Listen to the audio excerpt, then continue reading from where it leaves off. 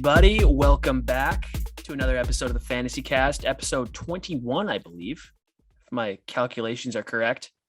Episode 21 of the Fantasy Cast. Christian Haggith is back with us again. We decided to maybe sign him full time, maybe extend his professional tryout here. We're not even sure at this point. Yeah. Well, PTO got the trifecta back. Yeah. He's a full part-timer here on the show, I'd say. Full part-timer, yeah. Ty White is back with me, of course. Both of you, how are you boys been?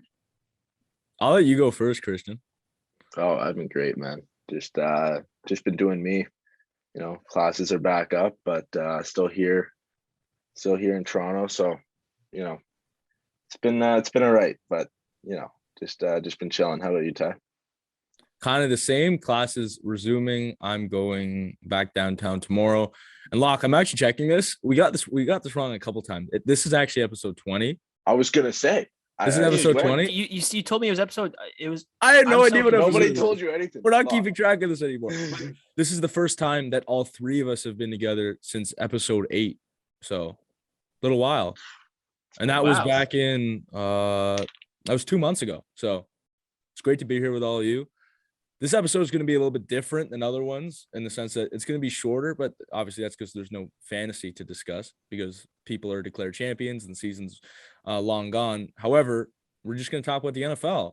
Great super wild card weekend, and then we're going to talk a bit about the division round.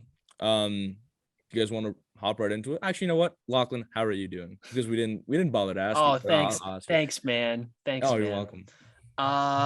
Yeah. Stuff's been good here. Weather's been warmer. The Bills won. Fantastic. Repping. Team's in a bit of a losing streak right now, though, unfortunately. We had a game today, and we have 2 more games this weekend as well. Not got to snap out of it. But other than that, I mean, it's been good here. Life's been going. The Pats are out of the playoffs and no longer playing football. That was a big part of last week, I'd say. Just living life, you know, being me. Well, that's absolutely perfect. That's all you can ask for. Exactly. So we're going to start off talking about super wild card weekend. We're just going to go game by game here. Some synopsises will be longer than others. But let's start with Saturday with our first slate of games. Raiders versus Bengals. This is the first of my 2 wrong predictions of the week. Lachlan actually went 6 for 6. So you went Raiders? I did go Raiders. I felt Derek Carr was going to lead them to a win, and boy, was I wrong. I mean, I just knew the game was over when he fumbled when the guy came off the edge and got him. But, you know, that's how it goes sometimes. Final score was 19-26. Boys, what are your opinions on that one? All I'm going to say is I'm not betting against the Bengals. Shout out to Robbie McEachran. I'm rolling Bengals to the conference finals, to the AFC championship game, and then, you know, they're going to take a back seat to the Chiefs. But I'm a Bengals fan for now. I was even thinking of getting a Jamar Chase jersey. I was on the jerseys purchase are nice. button. They're nice jerseys. Like a nice orange Joe Burrow jersey would be nice. They are the second best to the Chargers, in my humble opinion. I had a black Jamar Chase in the cart, and I was ready to check out. I couldn't do it, but it's all right next year. Damn fanatics. Yeah, that was a good win for Cincy at home. They needed that. The city exhaled after that game. I mean, you could just feel it. It was the first. It's been a long time coming for them. They've had some rough dark days in Cincy, and you know, with the draft coming up and free agency. I mean, again, the season's not over for Cincy, but who knows with a couple of defensive pieces added, how good this team could be in 2-3 years time, right? Like it's a pretty scary thought. Yeah. And yeah, great for Joe Burrow to get first playoff win under his belt, play under pressure in the NFL. Solid game by Burrow. I completely agree. I did not want him to win the game because I wanted Herbert to win one before him, but you know, that's never going to happen now. So we're just going to have to wait for Herbert's turn. But yeah, they played a phenomenal game. The Raiders did not execute well at all. Their offense was lackluster. I mean, Hunter Renfrow didn't do too much apart from, I think, catching did he catch a touchdown in that game? I think he did. I might Look be here. wrong, but like the point was the offense just Hunter. wasn't No, clicking. he didn't. Hunter Renfro. Yeah, didn't actually I'm thinking catch of the Chargers game, but the point is they weren't on. Their defense was very questionable, despite the fact that they got like a last second play to try to tie the game up. I don't think anyone was convinced that they actually were. So the Bengals played it really well. They were so good in the jungle. Congrats to Robbie McEachern and the Bengals. Moving on to the Pats Bills game. This one was Saturday night in Buffalo. This was incredible. The Buffalo Bills went 7 for 7. They did not punt or take a field goal. The worst part of their offense was actually Tyler Bass, who missed 2 extra points. Other than that, they scored 7 touchdowns, which was incredible. They had an amazing game. I don't know if you're ever gonna see anything quite like that. It was just a perfect offensive display. I mean, like, yeah. Feel bad for the punter though. Like the punter was just sitting there, man. Like he's having a good time. Like, what more he was an icicle, dude. Yeah, so cold. Yeah, that's a lesson. That's a lesson. No matter the temperature, don't bet against Josh Allen. Yeah, especially on the under. Don't bet the under. Don't take the under. If you took the under that game, you were so mad.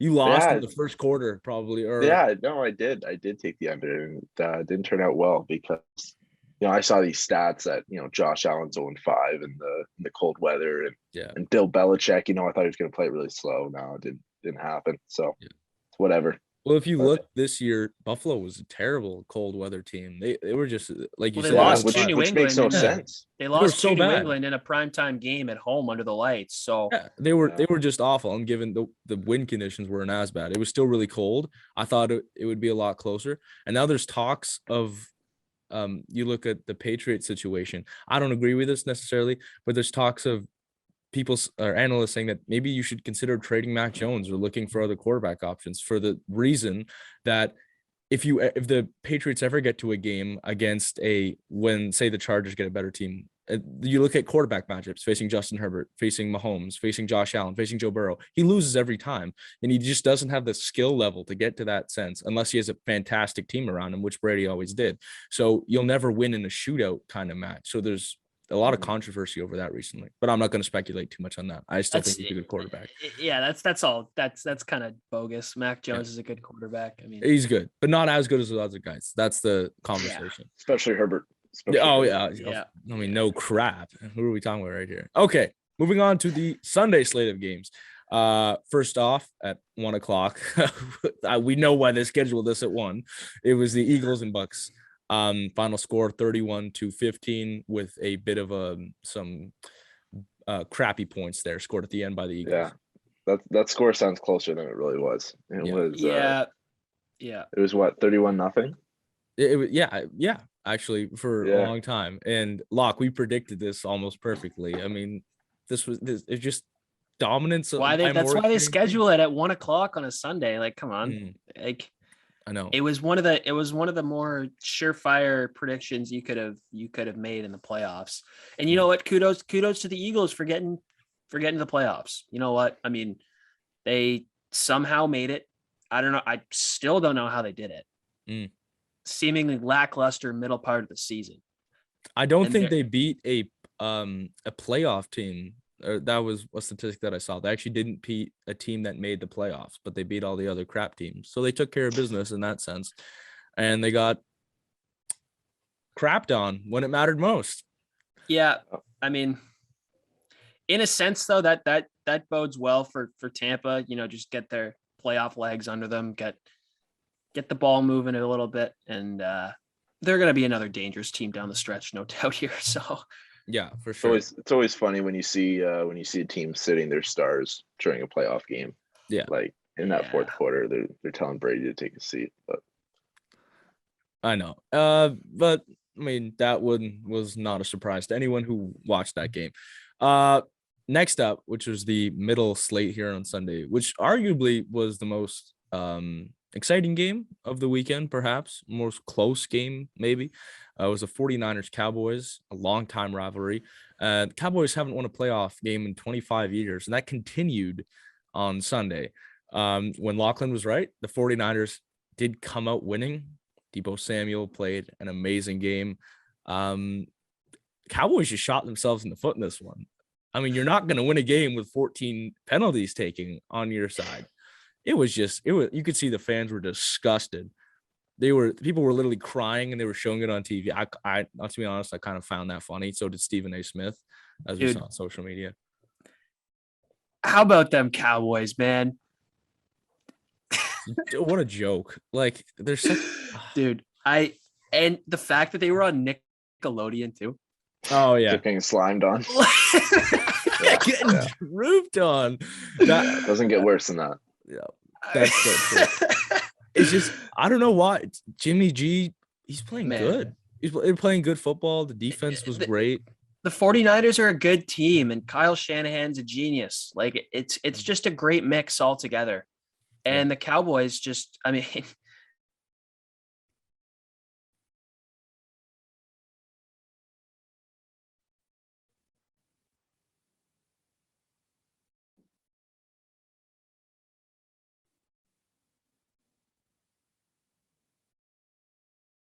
I don't know. We'll see where the Cowboys go. They've been through enough coaches as it is, but maybe another change is needed. I must say though, the memes were top tier. They were phenomenal. I mean, people were on that the minute they lost. Oh my lord! You saw they had that queued up on Saturday night. Yeah, they had all the memes ready on Saturday night for the loss. They had it in the drafts. It was in the drafts, and it was just getting ready to be posted. Ty, I want to get your take on this though. The Dak Prescott QB run. I kind of want to hear your thoughts on this. Sure. Actually, both of you guys. I thought you were going to ask my thoughts on his commenting on the fans throwing garbage, and he was like, I mean, the refs kind of deserved it. But yeah, well, great point. We'll talk about that.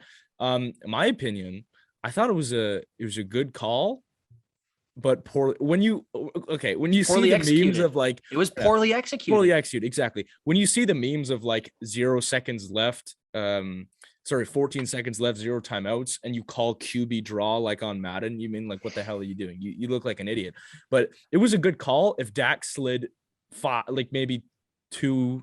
All he needed was 2 seconds earlier, because you gain an extra like 10 to 15 yards, and you have a more high percentage chance of scoring a touchdown. It was a great call, poorly executed. Dak has to know that he needed to go down earlier than that. As far as the ref, like kind of running in and then running into Dak, that was actually really funny. And then the O-line trapping him out. Yeah, it was. But as Tony Romo said, that's the rule, but it's a terrible way to end the game. I mean, it was terrible because they don't even get a chance. Whereas you look at what happens if they don't do that. They have 2 chances to take a shot to the end zone. And you have 3 great receivers and a good tight end to have a chance. But like I said, I like the call. It was more high percentage chance, just poorly executed. Christian, what do you think? Yeah, I think it was one of those calls that had to be kind of explained to me. Like, I had to wait for the Mike McCarthy press conference to really be like, okay, like maybe that made some sense. Like, in the moment when I saw him take off and run with 14 seconds left, I'm like, this is the most Cowboys thing ever. Like, they're going to find a way to just blow it. And, they did. I think it was a decent call, but like you said, it's just poorly executed. And, like, maybe going back, you take that Hail Mary chance from the 10-15 yards further, and maybe you get a third attempt in there, like 14 seconds.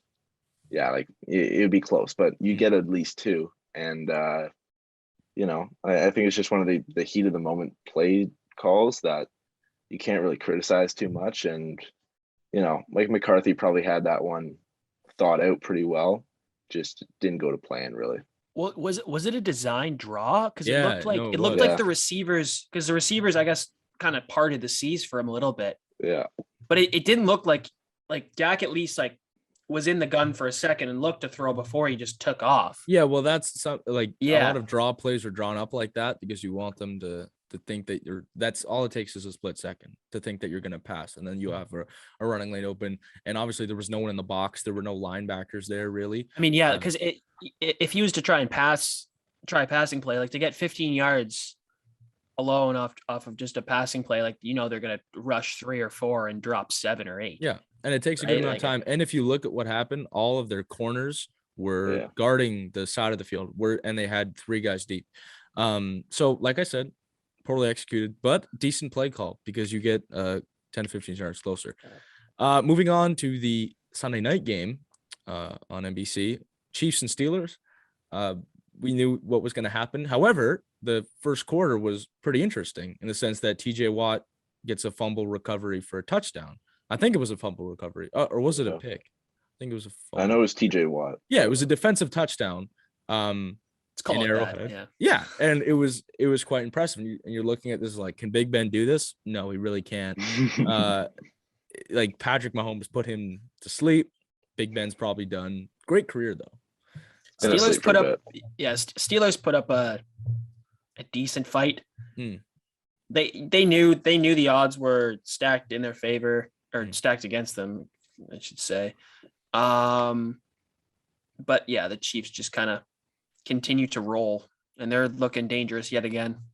Yeah, like they're Patrick Mahomes at over 400 yards, I think. And what the worst part, the most embarrassing part for me was Deontay Johnson. And I take back what I said earlier. Keenan Allen absolutely deserves to be in the Pro Bowl over him because Deontay Johnson had at least 3 or 4 crucial drops that game. And then Juju's complaining, and then he drops the ball. I mean, their receiving core is terrible on that team. They need to figure out, they don't have terrible talent, but their execution is horrible. They caught Big Ben. It was not his fault. He was putting high percentage passes into good places, and the receivers just weren't coming through. That was absolutely on them, in my opinion. And the fact that the defense actually scored points and were in the plus column within 1 quarter in, that's not on them either. That's totally on the offensive's fault, but not Big Ben.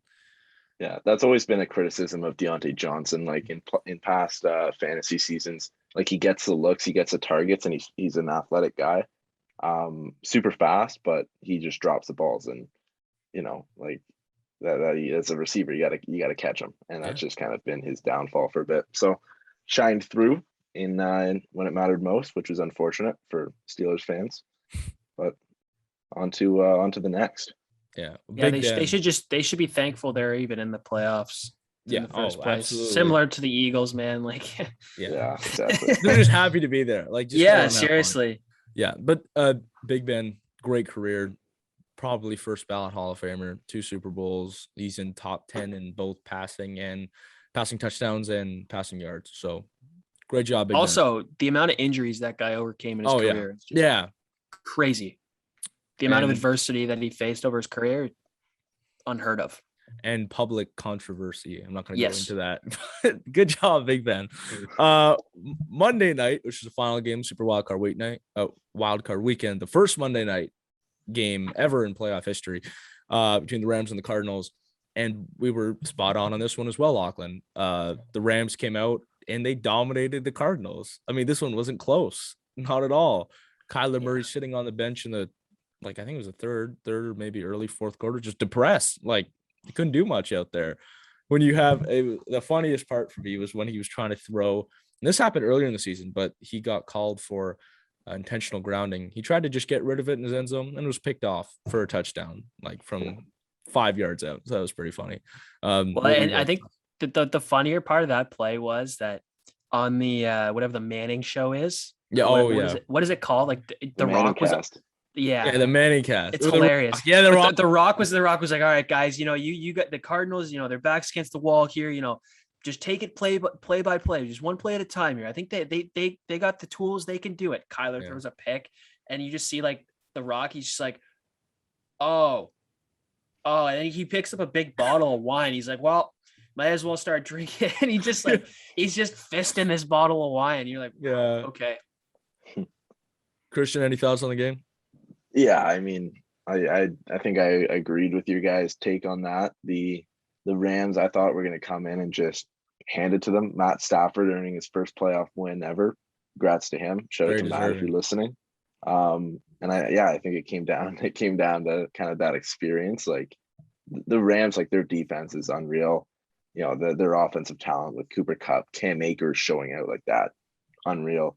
Big and boost. And the Cardinals just like, Kyler's probably a few years away, like, to be honest with you. And they were a great team in the regular season, but I just didn't have the feeling that they were going to show out. And yeah, I was proven right, I guess. So I don't know. I think the Rams could be a sneaky team. I would have them going farther if they weren't playing the Bucks, but It's a good game though. Yeah, it'll be exciting for sure. Yeah, I think that like I said on last week's episode, like Kyler's going to make mistakes. He did, and he's going to learn from them. It's the same thing that happened to Josh Allen in his first playoff game in Houston. He made some mistakes. He couldn't cash in down the stretch, and they lost. They ended up blowing a lead and losing the game. And now look what it's done for him. Obviously, in last year's playoff run, he was fantastic, and this year looking to do something similar. But Kyler's going to follow his path and grow like 6 inches and just become massive. And he'll need a little more than that, I think. A lot more than that. The memes of that game were hilarious, specifically Kyler, and they have the whole side where people are joking they just go play baseball next year, and it was a bad day for the Cardinals. Fantastic, like you said, Christian, their defense is insane. I think this team is ready to win now. I think one of their best chances, if they are going to win a Super Bowl, is this year. All their players are primed. They also don't have a first round pick until like 2060. So so now kind of got to win in the next couple of years, or else. And if I'm Kyler Murray and people are chirping me like, "Oh yeah, go play baseball," I'll be like, "I will." I was a first round pick. I will. First round pick. I'll go make my $15 million a year. You can stick it. And the last part about that game, I think Cam Akers was fantastic. He actually injured. I think it was Budda Baker. Budda Baker. Yeah. He played phenomenal coming back off that injury. So well done them, well done Rams. So I was fantasy foreshadowing. Yeah, oh yeah, for sure for next year. He was a arguably second round pick this year, but he just injured. So Loch went 6 for 6. I went 4 for 6, and we have 4 games upcoming this week in the division round. We're just gonna quickly go through, give our just tiny thoughts on the game and who we think is gonna win. First up, Saturday, 4:30 slot, we have the Bengals and the Titans. First time we're seeing Titans in a couple of weeks. Let's hear Loch's first. Who you got for this one? Ooh, this is a tough one. But it's dependent on because I think Derrick Henry is supposed to play. Is he not? There were reports that he could play, I think. Because if Derrick Henry plays, then it's just it's too much for the Bengals. Like flat out, it doesn't matter how weak their defense is. If Derrick Henry joins the Titans offense, the Titans already earned their way to that bye week last week, and I think they're gonna do the same thing again with Ryan Tannehill. Obviously, it was a great run for Cincinnati, but I do think this game has the potential to be a shootout though, because neither defense is fantastic. And I think both defenses are going to get exploited a little bit. So it's probably going to be more of a high scoring game, but I think Tennessee comes out on top. Nice. Christian, we know who you think is going to win, but I got 3 words for you. It don't matter. And I'll tell you why. Derrick Henry, no Derrick Henry. Bengals are taking this. I've never said those words in my life, but I'm saying them now. I think this Bengals run is magic. I think Jamar Chase, Joe Burrow. I think Joe Burrow is going to have a cigar in his mouth by the end of this week. I don't know if it's worth celebrating. Usually does. Divisional. Yeah, I don't know if it's worth celebrating winning the divisional round, but if it's worth celebrating, he will for sure, because they're going to be going to the AFC Championship. Cool. My opinion, I agree with Christian. I just don't think the Titans have the firepower for this one. I think the bye week actually hurts them. Derrick Henry or no Derrick Henry. I mean, Derrick Henry's going to have a great game if he's out there anyways. King Henry, of course. But I don't know. Bengals are on fire right now. I think Jamar Chase is going to have another big game. He had 100 yards before half, basically, in against Vegas. So I have the Bengals in that one. 49ers, Packers. Now, this one, I'll go first here. I think it's going to be a good game. However, I think the Packers are going to win by at least 2 touchdowns. because obviously they're so good in Lambeau. They almost never lose the divisional round. They lose the NFC Championship game. And I think Rodgers looks back and he remembers in 2019 when Raheem Mostert blew them out of the water, running the ball in an NFC Championship game. And I think that's a bit of a revenge thing for him. I think he's going to come out firing. Bye week helps Green Bay in this case, unlike it does to the Titans, in my opinion. I think they win by at least 2. Yeah, I guess we'll go in reverse order here. I'm going to second that opinion, Ty. I think 49ers could put up a fight just because of the defense they have, but I think I agree with you in that, I think the bye week actually helps the Packers. And to be honest, they just got too much swagger, too much talent between Rodgers and Devontae Adams as well. Their backfield's looking really strong. I think AJ Dillon's going to be really big in this one. That is my hot take of the week. AJ Dillon over 80 yards. There you go. Book it. Yeah, I'm taking the Packers. Nice. This is super boring because I have the Packers in this game as well. Cold weather, Lambeau. It's going to play a factor for sure for the Niners. They've been playing in warm climates all season long. It's a bit of an adjustment for sure. And the Packers took last year's result personally. And the offseason looked very iffy for them organizationally, with their quarterback. And they didn't know if they were going to re-sign Aaron Jones. They got him back. They kind of reassembled the band a little bit from last year. And I think they're out for blood this year. And that was a great point by Ty, obviously, too, about Raheem Mostert as well. The memories of 2019. So I think that's just more fuel to the fire for Green Bay to roll over San Francisco. Great take. All of us have the Pack in that big game, Saturday Night Football. On Sunday, we have 2 more games to run through here. We have the Rams and the Bucks. Christian, how about you first? I'm gonna pass this off to Lachlan. Actually, I want to take the third. I want to take the third one. I just want to hear what you guys have to Loch, say. who do you got? I have the Bucks. And this is going to be a tight game because I said last week the Rams can beat any team in the league if they want to. Yeah. And obviously, they're going to want it. Both teams are going to play their best football flat out. But I think this game is likely going to go to overtime, and it's likely going to be a 1-score victory, and it could come down to just simply the flip of a coin in overtime. And if the Bucks win that toss, they're winning the game. No real matchups or anything particular. I just feel that Brady and the Bucks, they're too primed and ready yet again to lose, and at home too. I feel like it's a very tough assignment for the Rams. And although there's a lot of veteran guys on that LA team and LA defense, they all haven't been in this situation before. Whereas everyone on that, every Bucks starter has been in the exact same position the previous season. That's a good point. I'm going to just go quickly. I think the Buccaneers take this one because they have home field advantage. And because I don't know if Matt Stafford is ready to beat Tom Brady in the playoffs personally, although their offense is great. I think Aaron Donald's going to have, he always has a good game, but I mean, he looks back when he lost in the Super Bowl to Tom Brady when he was playing in New England, one of the most boring Super Bowls of all time. Final score was like 12-3. Think he's going to have a good game, but I just don't see Tom Brady losing this game at home with that incredible team. Christian. Yeah, I'm gonna make it interesting here. This is why I wanted to see what you guys had. Bucks jersey. Yeah, I don't know what that is. Listen, my mind's telling me the Bucks, my heart's telling me the Rams. I've got a gut feeling that the Rams are going to do something special, and I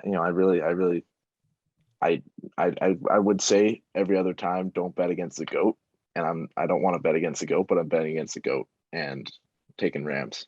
You can come back here and check this episode when it happens. Yeah, absolutely. Well, it's a good take, bull take, and it's a respectable take because the Rams are very hot right now. Final one. That's gonna be such a good game, by the way. Yeah, this should be on paper. Oh man. Arguably, though, might not be as good as this game, which was Sunday Night Football. We're just going to quickly do this one because we're coming to a close here on this episode of the Fantasy Cast. More of the football cast right now. I mean, there ain't no fantasy right now. Bills versus Chiefs. And Christian, You're going first this time. Yeah. I'll take this one. Chiefs, book it. On to the next. Okay, fair enough. I think it's that simple. I think your jersey tells us who you might be going with. The Bills have they got so much pent up emotions running back from last year, obviously losing on the road to Kansas City in the championship game there. They beat Kansas City on Sunday Night Football or Monday Night Football earlier this year. They smacked them. And I know there's something to be said where, you know, a team doesn't beat the same team twice in similar games in a season, you know, but I think that this Bills team has just come together and something's been clicking. The run game's been phenomenal down the stretch. Devin Singletary has gotten going. Allen's gotten going. Their defense has been sensational, even without Tre'Davious White. I think that injury really binded that defensive unit together into a tight-knit group. And I think that'll down the stretch. I think they've learned from their mistakes last year, and I think they're ready to go into Kansas City and beat them. Very good take, Loch. And for the last take of the day, I'm going Bills too. I'll tell you why. It's because Buffalo was literally here last year. This is just a round before. They're ready for this. Simple as that. Josh Allen has the experience now. I feel like he's going to come out of a very good game. Should be a cold one in Kansas City, Missouri. But you not also as cold as Buffalo. Not as cold as Buffalo. So in a sense, it's a little easier for the Bills. But their defense should be phenomenal that game. I think they've been great on the interior all year. It's ridiculous. We mentioned this before, like how they don't have a Pro Bowler, but they have the #1 defense in the NFL. It's the first time in history too that's happened. Yeah, I know. I don't think they're going to take Kelsey and Tyreek out of the equation entirely. However, they're going to minimize their success on the field, which should put Buffalo over the edge in the end. Like I said, this is a revenge game. You picture Diggs looking at them celebrating going in the Super Bowl. I think he's going to have a big game tomorrow. I think Josh Allen, because they're arguably the best wide receiver quarterback duo in the league. I think they're going to have a great one tomorrow. I think they're going to win between 7 and 10 points. That's my take. Those are all our takes. If you have a take, feel free to leave it in the comments below. We're very excited for this upcoming week of football. Should be a lot of fun. And as for now, this ends this episode of the Fantasy Cast. Yeah. Again, more of the football cast at this point in time.